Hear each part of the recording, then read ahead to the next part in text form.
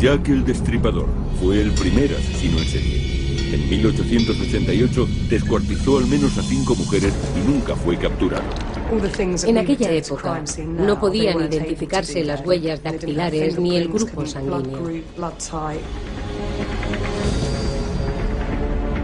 Laura Richard es psicóloga del comportamiento del Departamento de Crímenes Violentos de Scotland Yard. Ha aceptado revisar este caso rodeado de mitos y teorías de conspiración.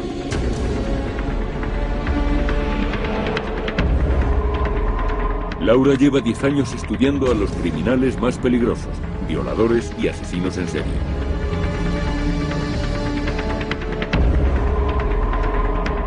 Ha reunido un equipo de especialistas que emplearán técnicas del siglo XXI para analizar a este asesino.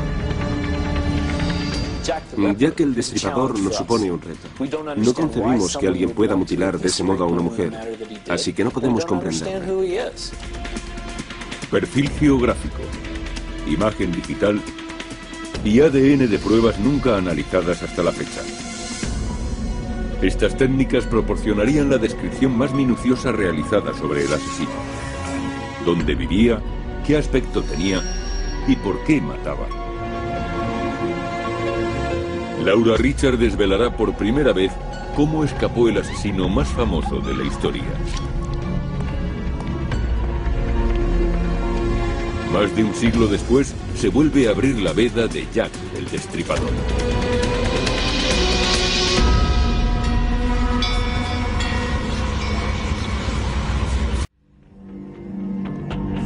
She was my wife, Polly Nichols. She was my sister Annie, the widow of John Chapman.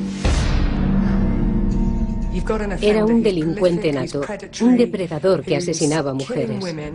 We lived together as man and wife. Her name was Liz Strider.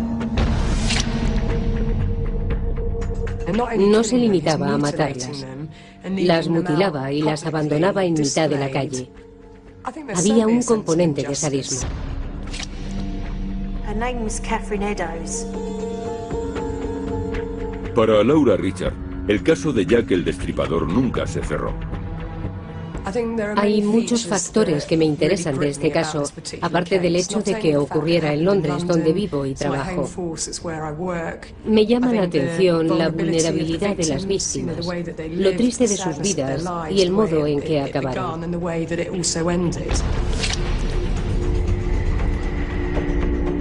El trabajo de Laura es analizar comportamientos. Cualquier actitud que tome un asesino es una pista sobre su personalidad. Hace más de 100 años de los crímenes de Jack el Destripador, pero aún pueden estudiarse. Como directora de la Unidad de Prevención del Crimen, puedo aprender mucho de este caso. Podría evitar algunos asesinatos. Estos crímenes han sido objeto de fascinación y repulsión durante décadas. Pero los datos reales fueron adulterados. Se interrogó a 200 testigos, se especuló con teorías inverosímiles y el caso nunca fue resuelto. La policía del Londres victoriano consideraba que el culpable debía de ser un demente. Aaron Kosminski, un interno inofensivo, se convirtió en sospechoso porque comía basura y creía oír voces. Después llegaron las teorías de la conspiración. Se mencionó al príncipe heredero Albert Edward, nieto de la reina Victoria. Tenía coartadas imposibles para todas las noches de los crímenes. ¿Era masón el médico personal de la reina Victoria, William Gall? Los historiadores siempre descartamos teorías infundadas, pero cada vez aparecen más. La prensa convirtió a Jack el Destripador en una leyenda, y su búsqueda se volvió un juego. Al tratarse del primer asesino en serie, la policía no estaba preparada para detenerlo. La investigación se suspendió tras 4 años sin resultados. Laura aceptó reabrirla y centrarse únicamente en los hechos. Nos conducimos como en un caso normal, basándonos en los hechos y en lo que podemos deducir del asesino, sin dejarnos influir por posibles sospechosos. El objetivo es el análisis exhaustivo de la psicología del asesino. El punto de partida es lo que Laura llama victimología, llegar al asesino a través de las víctimas. El estilo de vida de una persona puede proporcionar pistas sobre su muerte. Se ha aceptado de manera general que hubo 5 víctimas y que la primera fue Polly Nichols. Tenía 43 años e hijos ya adultos y estaba separada de su marido. No tenía residencia fija y pasaba la mayor parte del tiempo en la calle. Era alcohólica. She got drunk every time I took her back.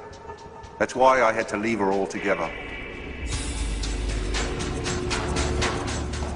Para saber cómo comenzó aquella época de terror, Laura visita la escena del crimen. Una imagen vale más que 1000 palabras. Y si es una escena del crimen, mucho más. Además, es parte de mi trabajo. Esto es Bucks Row. Aquí ocurrió el primer asesinato, Polly Nichols, en la madrugada del 31 de agosto de 1888. Donald Rumbelow, experto en la figura del destripador, conoce todas estas calles a la perfección. Bucks Row está en el corazón del East End de Londres. Esta es la escena del crimen que menos ha alterado el paso del tiempo. La escuela que hay detrás de nosotros ya existía en 1888. La calle era una travesía de casitas adosadas. Ella yacía delante de una cuadra. Todo estaba muy oscuro. El único foco de luz estaba al final de la calle. Los pies apuntaban en esa dirección. ¿Quién la encontró? El cuerpo fue encontrado por 2 hombres que iban de camino al trabajo, Charles Cross y John Paul. Cross la vio primero, pero pensó que no era más que una lona. Al cruzar la calle se dio cuenta de que había un cuerpo debajo. Cuando el forense analizó el cuerpo, descubrió unos cortes profundos en el abdomen. Había cortes que medían entre 15 y 20 centímetros, y muchos otros que lo atravesaban de lado a lado. Las heridas de Polly fueron suficientes para causarle la muerte.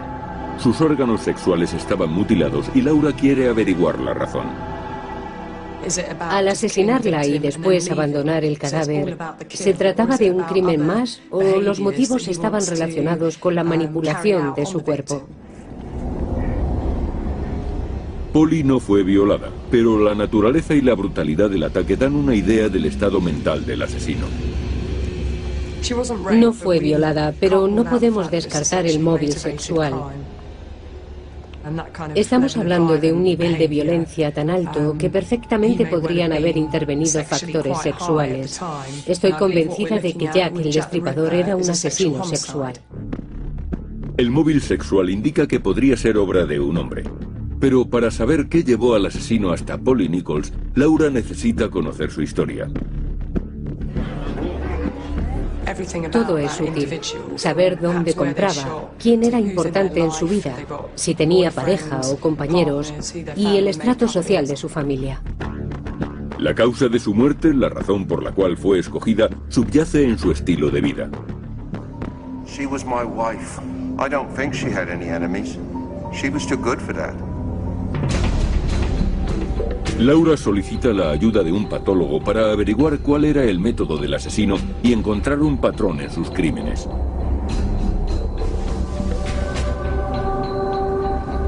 Tiene acceso a técnicas y procedimientos que los investigadores de 1888 no podían siquiera imaginar.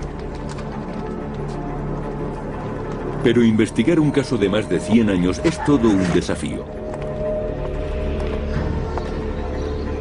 Estos crímenes ocurrieron en un lugar que ya no existe. Para comprender lo que ocurrió, antes debe saber cómo era Whitechapel. Un barrio del East End donde vivía Polly Nichols y donde el destripador perpetraba sus crímenes.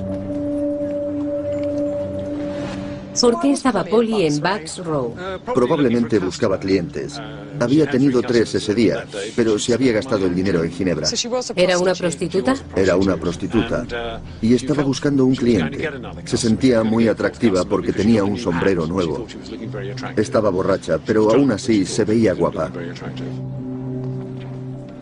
Las profesionales del sexo, las prostitutas, eran víctimas potenciales debido a su accesibilidad. Polly Nichols vivía en una situación de riesgo. Antes incluso de la aparición del destripador, la zona donde vivía era una de las más peligrosas. El 55% de los niños nacidos en el East End morían antes de los 5 años. Era una sociedad en la que dominaban la pobreza y el alcohol. El alcohol sacudió los barrios marginales de Londres como haría la cocaína en Estados Unidos un siglo después. Era una zona violenta, alcohol, prostitutas y niños maltratados. Todo se debía a las terribles condiciones de vida y trabajo del East End londinense. Las mujeres como Polly se dedicaban a la prostitución para sobrevivir. Según algunas estadísticas, 1 de cada 16 hogares hacía las veces de burdel. Y en los 2 kilómetros cuadrados de Whitechapel había aproximadamente 500 prostitutas. Para que se haga una idea de la miseria en la que vivían, le diré que se prostituían por 2 peniques o una rebanada de pan rancio. Polly Nichols y las demás víctimas del destripador vivían en esas condiciones. Es quizás el único caso de asesinatos en serie en el que las escenas del crimen están a menos de 2 horas de distancia unas de otras. Los homicidios se produjeron en un radio de 2 kilómetros cuadrados. Es claramente algo premeditado. El entorno se adaptaba a los propósitos del destripador, pero existía la posibilidad de que se tratara de un furtivo, alguien ajeno al lugar que acudía simplemente a cazar. O quizá era un depredador que atacaba dentro de su territorio. Laura utiliza la técnica del perfil geográfico. Es muy común entre los cuerpos de seguridad y sirve para interpretar las localizaciones de las escenas del crimen. El perfil geográfico fue inventado por el ex policía y matemático Kim Rosmo, de la Universidad de Texas. Años atrás había descubierto que era posible utilizar las localizaciones de las escenas del crimen para ubicar la base del asesino. La mayoría de los criminales operan fuera de sus casas para encontrar objetivos. Cometen los crímenes cerca, pero no demasiado. Se preocupan por su anonimato y prefieren no actuar en una zona en la que puedan ser identificados. El Dr. Rosmo emplea una fórmula basada en casos resueltos.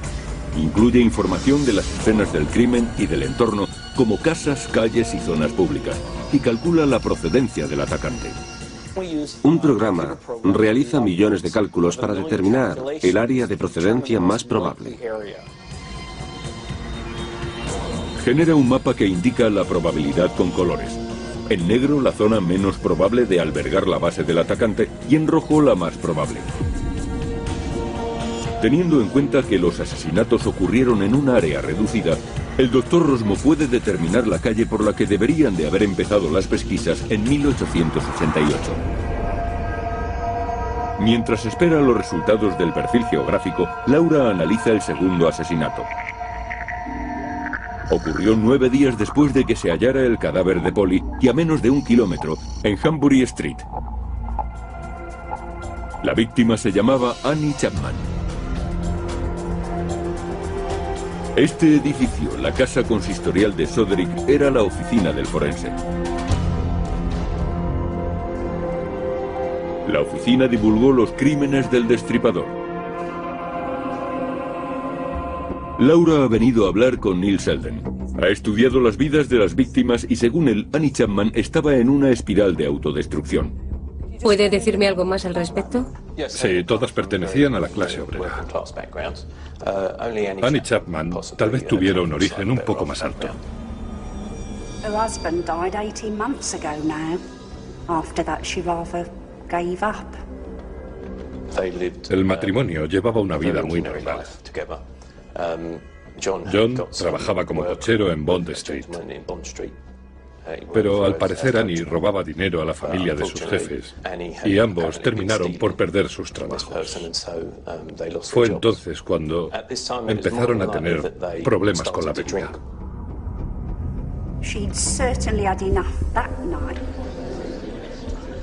¿Entonces era algo típico? Sí.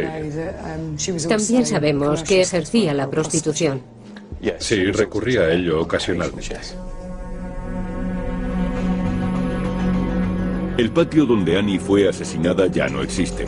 Pero para saber lo que ocurrió, Laura ha de formarse una imagen mental de la escena del crimen. Consulta fotografías y dibujos de la época. Recrea la postura del cadáver con un maniquí. Vamos a imaginar que estamos en el 29 de Hambury Street y que detrás hay una hilera de casas de 3 pisos de estilo victoriano. Sobre las 6 de la mañana del 8 de septiembre, John Davis, conductor de carros, bajó las escaleras del 29 de Hambury Street. Iba a trabajar. Reparó en que la puerta estaba entreabierta y sintió curiosidad. The head was 6 inches in front of the bottom step. The left arm lay across the left breast. The legs were drawn up, the feet resting on the ground, and the knees turned outward. Me fijé enseguida en que la escena era muy parecida a la del asesinato de Polly Nichols. La víctima había sido colocada como si la estuvieran exponiendo. El corte en el cuello era tan profundo que casi había sido decapitada. Le faltaba parte del útero. Le habían sacado los intestinos y se los habían colocado sobre el hombro izquierdo. Un testigo describió la escena. Todos los que vieron el cuerpo estaban aterrorizados, a punto de salir corriendo. En su técnica hay factores meramente funcionales. Dominar a la víctima, evitar que grite, inmovilizarla en el menor tiempo posible. Pero hay otros detalles que delatan su método. La satisfacción que todo el proceso le producía son factores exclusivos de este atacante en particular. Abrir a la víctima, sacarle los intestinos, colocárselos encima y llevarse consigo el útero es sin duda el resultado de una decisión que había tomado con anterioridad y conscientemente. Laura observa un comportamiento racional por parte del destripador incluso mientras asesina. Pretendía provocar miedo y perplejidad. Era parte de la emoción. El cuerpo había sido colocado a la vista de todo el mundo de manera intencionada. Este asesino sentía interés por la reacción del público y por el impacto que tenían sus actos. Era racional y calculador. Pero se colocaba en una situación en la que el riesgo de ser descubierto era muy alto. En el 29 de Hambury Street vivían 17 personas que entraban y salían constantemente. Podía haber sido sorprendido en cualquier momento. Escogió una zona muy concurrida para atacar a sus víctimas. De hecho, la zona en la que vivían sus víctimas. Estaba dispuesto a asumir grandes riesgos. Eso demuestra el autocontrol del destripador. Se trata de alguien que no puede dominar sus impulsos de matar a pesar del peligro. O bien de alguien muy disciplinado y confiado que sopesa los riesgos y juega con ellos. El comportamiento de Annie nos da la clave. Probablemente se fuera con él voluntariamente. De haber sido obligada, hubieran forcejeado y los vecinos lo habrían oído. Lo más seguro es que pensara que se trataba de un cliente inofensivo. Él la haría sentirse cómoda. En 1888 la policía buscaba a un demente, alguien apenas humano. Pero el asesino que Laura investiga no se corresponde con ese estereotipo. Lo primero que uno piensa es que se trata de un marginado social, alguien que no tiene relaciones con el sexo opuesto. Sin embargo, llevo 10 años trabajando en casos violentos y nunca me he encontrado con algo así. La mayoría de los atacantes mantienen relaciones con mujeres. El destripador ocultaba a sus víctimas su verdadero propósito hasta el final. Según Laura, el sexo no era lo que le motivaba. En cierto momento, el destripador mostraba sus intenciones a la víctima y revelaba su personalidad. Y ese preciso momento es el que inquieta a Laura. Jack el Destripador era consciente de lo que estaba haciendo y Laura necesita saberlo todo. La violencia es una elección. Escogió actuar así y expresarse de esa manera. Lo que intento ahora es encontrar una explicación para todo esto. Laura acude a Peter Dean. Es forense de la policía en el distrito de Whitechapel. Si el Destripador existiera en la actualidad, el caso recaería en Peter Dean. En calidad de especialista, su trabajo es interpretar lesiones. Analizando las distintas heridas producidas en los asesinatos, es capaz de reconstruir el proceso. Clasifica el ataque en varias fases diferenciadas: control, asesinato y mutilación. Llevaba a cabo los 3 pasos. Tenía que reducir a la víctima y ejecutar los 2 primeros rápidamente. En un tiempo muy breve. Muy breve. Y las pruebas muestran que cometió la mayor parte de los asesinatos asfixiándolas. En el caso de Annie Chapman, el doctor George Baxter Phillips, forense de la policía, describe el cadáver como el de alguien asfixiado que se ha tragado su propia lengua. El mito alrededor del Destripador ha crecido en base a las mutilaciones. Pero contrariamente a lo que se cree, no era así como las asesinaba. Primero las estrangulaba. Por mi trabajo, sé que es muy difícil estrangular a alguien con las manos. Si hablamos del proceso de la asfixia, sí, requiere tiempo y fuerza.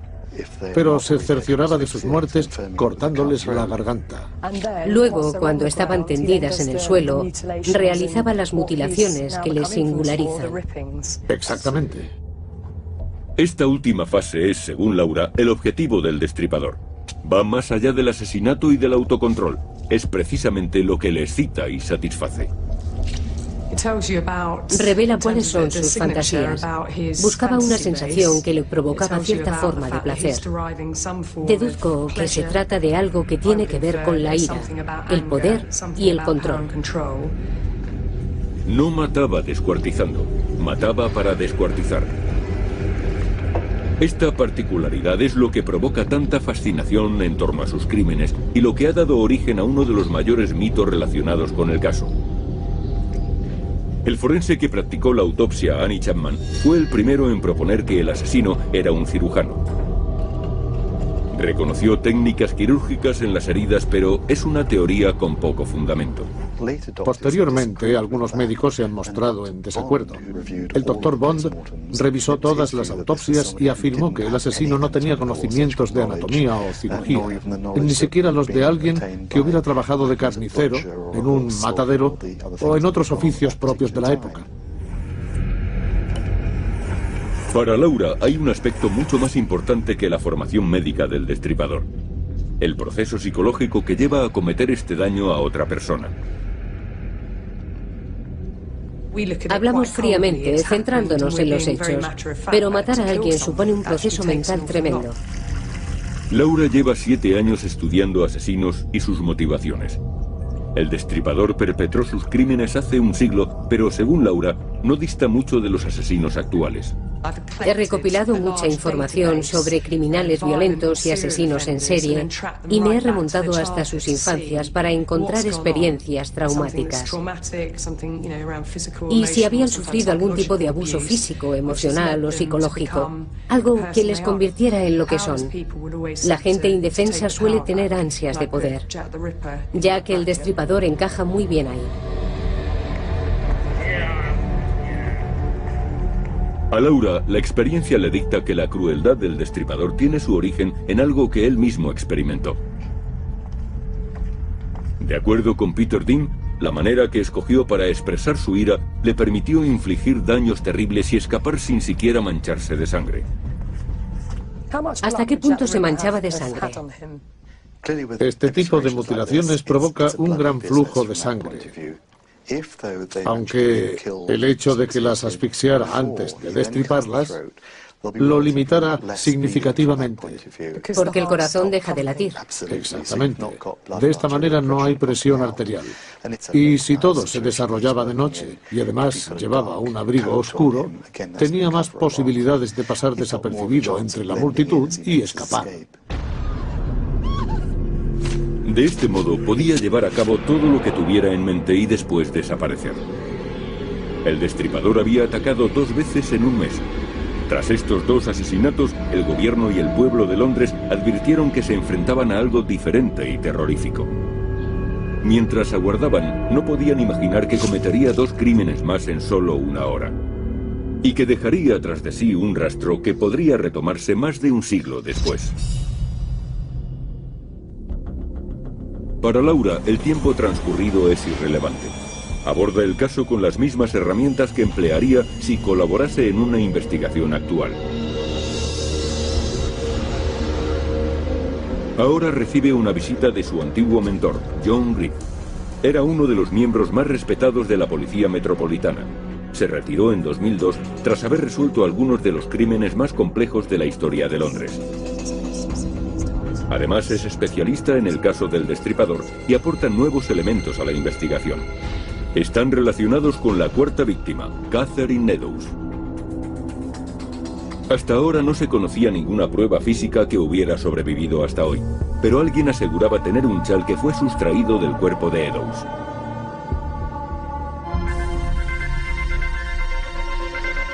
Los forenses se han desplazado para recoger muestras. La autenticidad del chal es discutible.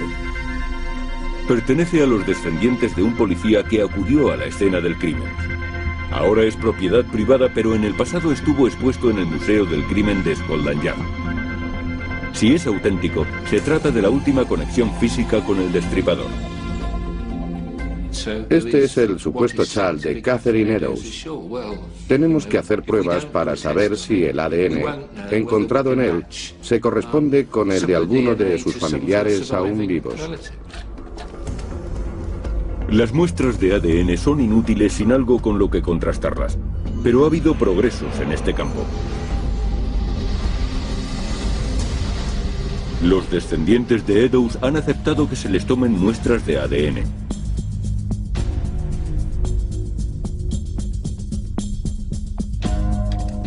Teniendo en cuenta que el chal nunca ha estado en contacto con la familia, si demostramos que ha existido tal distancia, podremos demostrar que se trata del chal de Catherine Eddowes, pero debemos hacer las pruebas pertinentes. Si se establece una conexión entre Catherine Eddowes y el chal, habrá que recopilar y preservar nuevo material genético para futuras investigaciones. Esta puede ser la última oportunidad de conseguir ADN del Destripador.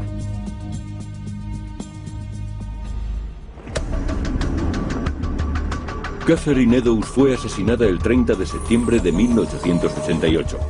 Los expertos llaman a aquella noche la noche del doble acontecimiento, ya que también murió otra mujer, Liz Stride.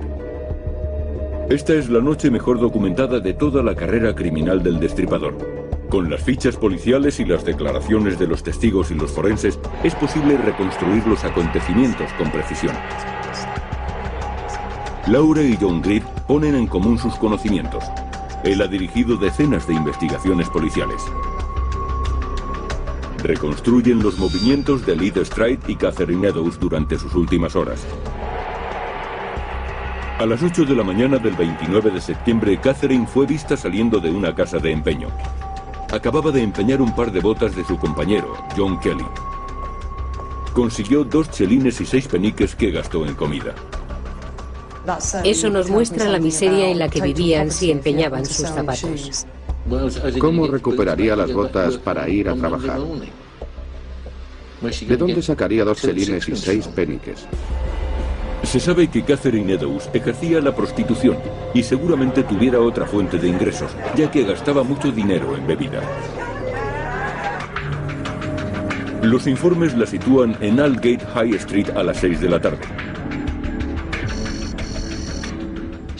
Estaba muy borracha, lo que la volvería más vulnerable.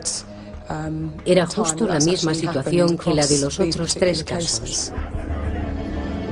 A 1 kilómetro de distancia, Liz también había estado bebiendo.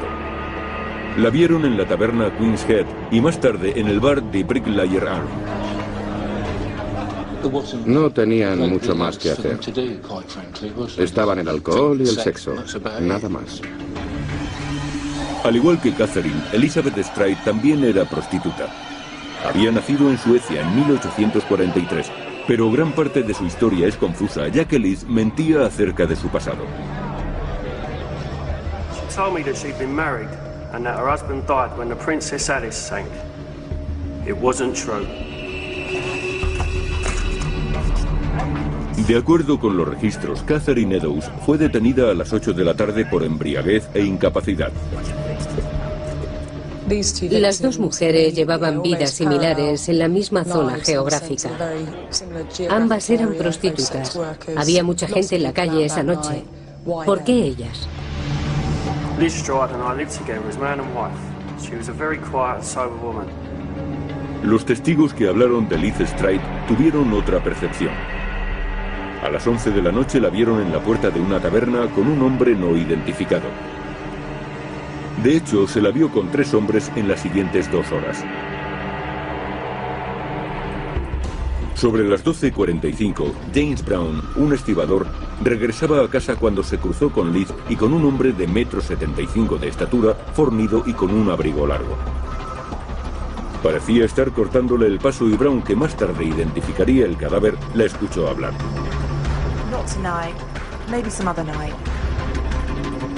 Hay una serie de descripciones que podrían referirse a diferentes hombres o apuntar todas hacia la misma persona. Ejercer la prostitución supone un gran riesgo. Las prostitutas están a merced de cualquiera, pero son igualmente un elemento problemático en una investigación. Pero si combinamos todo lo que sabemos, lo que dijeron los testigos, podemos crear un retrato robot. John ha decidido seguir el mismo procedimiento que utilizaría en una investigación actual: contrastar todas las descripciones aportadas por los testigos. De haber contado en 1888 con un retrato del sospechoso, ¿le habrían detenido antes de que volviese a matar? Catherine Eddowes estuvo a salvo, detenida en la comisaría de Bishopgate hasta la 1 de la mañana del 30 de septiembre. En ese momento, el agente de guardia consideró que estaba sobria y la soltó. Ella regresó a Aldgate. Lo más triste, me atrevería a decir que lo sabían perfectamente, es que la dejaron salir en el momento y lugar en el que el destripador estaba buscando una nueva víctima.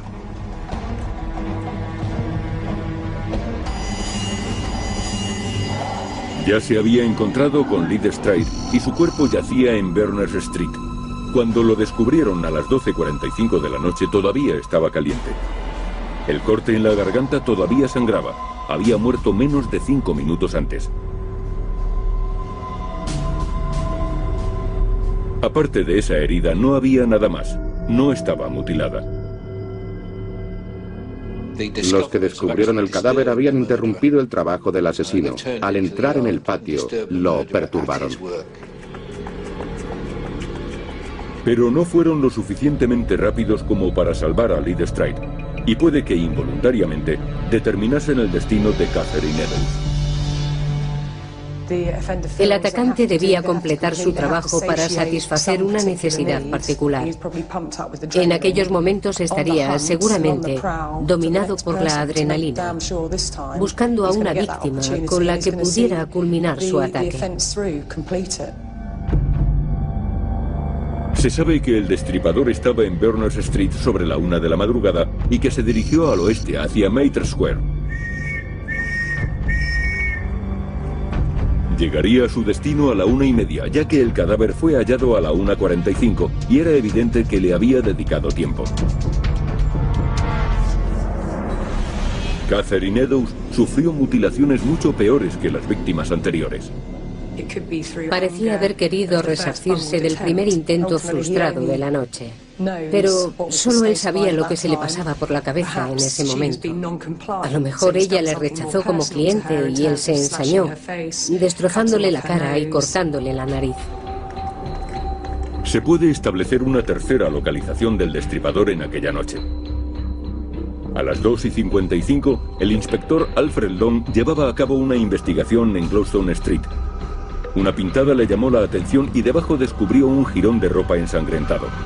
Había sido cortado del delantal de Eddowes. Sabemos con certeza que el asesino recogió esta prueba en la escena del crimen y la colocó en otro lugar. Lo relevante del asunto radica en el momento y el lugar. En Berners Street lo interrumpieron. Al buscar una segunda víctima, reparó en Catherine Eddowes en Mitre Square. El hallazgo de Gloucester Street indica que había cambiado de dirección. Había completado su trabajo, la noche había terminado y se retiraba. ¿Se dirigía a casa? ¿A qué distancia vivía de las escenas del crimen? Una semana después, George Lass recibió una carta. Estaba al cargo del Comité de Vigilancia de Whitechapel, formado por ciudadanos que patrullaban las calles buscando al destripador. El encabezamiento de la carta decía, desde el infierno, y venía acompañada de medio riñón. Estimado señor Lass, le envío medio riñón que le extraje a una mujer que he conservado para usted. La otra parte la cociné y me la comí. Estaba sabroso. Si tiene un poco de paciencia, le enviaré también el cuchillo ensangrentado con el que lo estirpé. Firmado, atrápeme si puede, señor Lass. Los periódicos y la policía recibían multitud de cartas firmadas por el destripador, pero ninguna gozó de tanta credibilidad. Era un riñón afectado por la enfermedad de Bright, una enfermedad que se sabía que Catherine Eddowes padecía. La longitud de la arteria renal correspondía con la que permanecía en el cuerpo de Catherine. Todo aquello le daba mucha más credibilidad a la carta que recibió Lass. ¿Qué revela la carta de su autor? Algunos sostienen que se trata de un truco, que el destripador la redactó de modo que la policía pensara que se trataba de un hombre algo instruido. Laura recurre a la doctora Frances Rock, lingüista forense especialista en el análisis de este tipo de textos. ¿Qué puede decirnos esta carta acerca del agresor? Hay palabras interesantes. Dos de ellas están escritas con faltas de ortografía, como cuchillo y blanco. A nosotros nos parecen errores, pero puede que el autor no fuera consciente de ello. No podemos utilizar esta carta para identificarle, pero podemos hacer otro tipo de observaciones que nos ayuden a imaginar cómo era el asesino. Es evidente que quien escribió esta carta no era una persona muy culta. La carta revela poco de su autor, pero teorías de la conspiración aparte, la prueba más evidente es que el autor no era un hombre cultivado. Eso lo sitúa en las clases más bajas. Para Laura, la carta ofrece dos pistas más: la referencia al canibalismo y el hecho de que Lass fuera el destinatario. Solo he tratado dos casos en los últimos 10 años en los que ha habido elementos de canibalismo. Casos en los que han extraído un órgano con la intención de cocinarlo y consumirlo. Quizás era lo que quería que la gente creyera para aterrorizar a la comunidad y tener un impacto más grande. A diferencia de las otras cartas que eran fraudes evidentes, no se comunicó la existencia de esta última al gobierno ni a la prensa. El destripador no pretendía un impacto a nivel nacional. La envió a un cabecilla del barrio porque su interés se limitaba a Whitechapel. Todas las pruebas apuntaban en la misma dirección. El destripador era alguien de la zona. La mañana del 9 de noviembre de 1888, Thomas Bowyer se desplazó hasta Maylor's Court en Whitechapel para cobrar un alquiler. Al no recibir respuesta, se asomó por la ventana. Más tarde relataría a la prensa que lo que vio allí dentro era obra del diablo.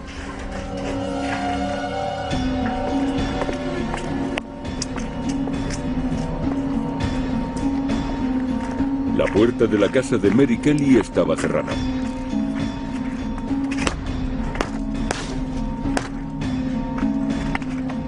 Había partes de su cuerpo por toda la habitación. Se sabe menos de esta víctima que de las anteriores. Era más joven que las demás, tenía alrededor de 25 años y era conocida por su belleza, pero no se conservan fotografías. También era prostituta, pero de todas las víctimas del destripador, solo ella tenía un domicilio fijo. Fue la única a la que asesinaron en una casa. La crueldad con que la trató es probablemente la más desproporcionada que se ha infligido a un ser humano. The face is gashed beyond all recognition. The nose, cheeks, eyebrows and ears being partially removed. Quizá pasó horas con aquel cuerpo. Puede que se sintiera cómodo en el lugar en que estaba actuando y que consiguiera dominarla rápidamente. Tuvo tiempo de hacer cuanto quiso, obedeciendo a su fantasía y a sus caprichos. Both breasts have been removed by more or less circular incisions. The heart is absent. La mayoría de los especialistas en Jack el Destripador sostienen que fue su último asesinato. Después de Mary Kelly y por razones nunca aclaradas, dejó de matar. Laura ha estudiado los 5 asesinatos. Todas las piezas que necesitaba empiezan a encajar. Los test de ADN, el perfil geográfico y el retrato del destripador generado por ordenador. Con toda esta información, ¿podría estar cerca de desenmascararlo?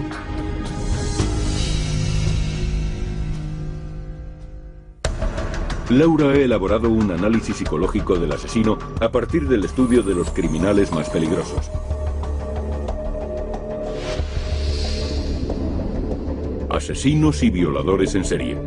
Los homólogos actuales de Jack el Destripador. John Grieve, antiguo director de la Brigada de Homicidios de Scotland Yard, ha seguido investigando y aporta 2 nuevos elementos. El primero es el resultado de un intento de extracción de ADN de una prenda que supuestamente perteneció a Catherine Eddowes, la 4ª mujer asesinada. Era la última oportunidad, más de un siglo después, de obtener pruebas directamente relacionadas con el destripador y sus víctimas. Pero el test no reveló ningún rastro de ADN. No mostraba nada útil, nada que pudiese resultar definitivo o que pudiera servirnos siquiera como prueba. Sin el ADN no es posible hacer nada. Cerramos esa línea de investigación. Han pasado 118 años desde los asesinatos. Todas las pruebas físicas han desaparecido o han sido contaminadas. Sin embargo, existen muchas pruebas inalterables al paso del tiempo. John ha revisado las declaraciones de los testigos. Se asume de manera general que nadie vio al asesino y que simplemente desapareció en la niebla de Londres. Pero no fue así. Mucha gente le vio y la policía tomó nota de sus declaraciones. La policía recogió 13 descripciones de distintos testigos que hablaban de un hombre que merodeaba por la zona. Pero se trata de testigos circunstanciales, lo que plantea un problema. Algunas declaraciones difieren mucho. Describen a personas distintas. Pero muchas son lo bastante similares como para referirse al mismo hombre. Si combinamos todas estas descripciones, podremos elaborar un retrato robot. Utilizando todos los datos de las declaraciones y los informes policiales, se crea un retrato robot igual que se haría en un caso actual. Entre 25 y 35 años. Entre 1,65 m y 1,75 m de estatura. Este es el hombre que las autoridades deberían haber buscado en 1888. Laura combina el perfil físico del asesino con su perfil psicológico. Según su estudio, no se trata del genio criminal de la leyenda. Desde luego no era Einstein. Sabemos que le gustaba asumir riesgos, que era impulsivo e irresponsable, pero nunca fue capturado y esto puede deberse en un 80% a la suerte, aunque un 20% recaería en la planificación de sus actos. Y era lo suficientemente listo como para sopesar los riesgos. Sabía cómo abandonar la escena del crimen si las cosas se complicaban, y también creemos que tenía determinación. Perpetró un doble crimen en una noche. No se limitó a agredir a Liz Stripe y al no poder consumar su crimen, asumir que el riesgo era demasiado alto, se alejó 1 kilómetro y atacó a otra persona. No era un marginado social. No le suponía un problema abordar a las mujeres. Probablemente se tratara de un sujeto manipulador muy hábil a la hora de mentir convincentemente. Se acercaría y se comportaría de un modo encantador. Probablemente le bastara con eso, lo que no impide que también pudiera mantener relaciones a corto plazo con algunas mujeres. Era una persona que evidenciaba un desequilibrio emocional. Lo más probable es que no sintiera empatía ni arrepentimiento, ni siquiera culpa. No creo que eso le preocupara. Seguramente veía a sus víctimas como objetos. Era la combinación de esos factores: encanto, determinación, crueldad y su habilidad para pasar desapercibido, lo que le volvía tan peligroso. La clave es que, de haber llamado la atención, los testigos le habrían mencionado con frecuencia en sus declaraciones, pero asumieron que era inofensivo y estaba justo delante de ellos. Vivía cerca de las escenas del crimen, en Whitechapel. ¿Pero dónde? Laura pidió ayuda al Dr. Kim Rosmo, que estaba convencido de poder identificar la calle en la que vivía. Su sistema de perfil geográfico ha sido empleado por las autoridades de todo el mundo para capturar asesinos en serie. Introduce las 5 localizaciones de los asesinatos. Las zonas rojas indican los lugares donde se debería haber investigado. Se pueden ver las zonas que el programa identifica como probables: Flower and Dean Street, Fashion Street y Troll Street, en el centro de Whitechapel. ¿Debió concentrar la policía sus esfuerzos en Flower and Dean Street? De aquella calle solo queda un pequeño tramo. Ha cambiado completamente desde 1888, pero el censo de la época nos muestra cómo era el lugar: uno de los guetos más pobres de Londres. El perfil geográfico indica que Jack vivía aquí, entre sus víctimas. Se basa exclusivamente en los puntos concretos de los asesinatos, pero encaja perfectamente con la historia de las mujeres asesinadas. Un año antes de los crímenes, todas vivían en un radio de 100 metros con respecto a esta calle. De hecho, la policía investigó casa por casa tras el asesinato de Eddowes. No hay informes sobre los interrogatorios que se llevaron a cabo. Es imposible saber lo cerca que estuvo. Pero Laura está convencida de que Jack fue interrogado y descartado. Supongo que se produjo algún tipo de contacto entre Jack el Destripador y la policía. He oído a muchos agentes decir: sabré quién es en cuanto lo vea, pero nunca se da el caso, porque el agresor nunca es como lo imaginaba. Siempre lo descartan como sospechoso por el hecho de que es una persona normal y corriente, y esa es la clave. Se trata de alguien que es capaz de cometer actos atroces, pero que a la vez es una persona muy normal. Esto es quizá lo máximo que puede saberse del primer asesino en serie moderno. Si la policía de la época hubiera contado con las herramientas actuales, las cosas habrían sido diferentes. Muchos no conoceríamos a Jack el Destripador. No existiría su leyenda. Si hubiesen contado con nuestras técnicas y con toda la información de la que disponemos ahora, le habrían capturado.